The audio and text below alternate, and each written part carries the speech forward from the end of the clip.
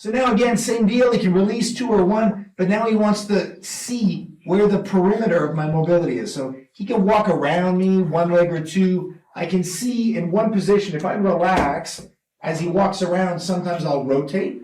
My back will naturally rotate. I keep going, pull the leg, that's it. Sometimes. And then there are other situations where I'm required to flip. So as he starts to lift and pull it towards a line of tension, the only thing I need to do is clear my head. I need to go onto one shoulder and then relax. And when I come through, it's quite heavy, so he has to have a good grip. And now he's same deal. I can control it and slow it down, or I can look, I authentically let it stretch. If the hip is good, I let it stretch and I roll. So up will require more flexion and over the top. I try to relax the body as much as I can. If I roll over my arms, I can screw them inside like this, or I can have them low and screw over them this way.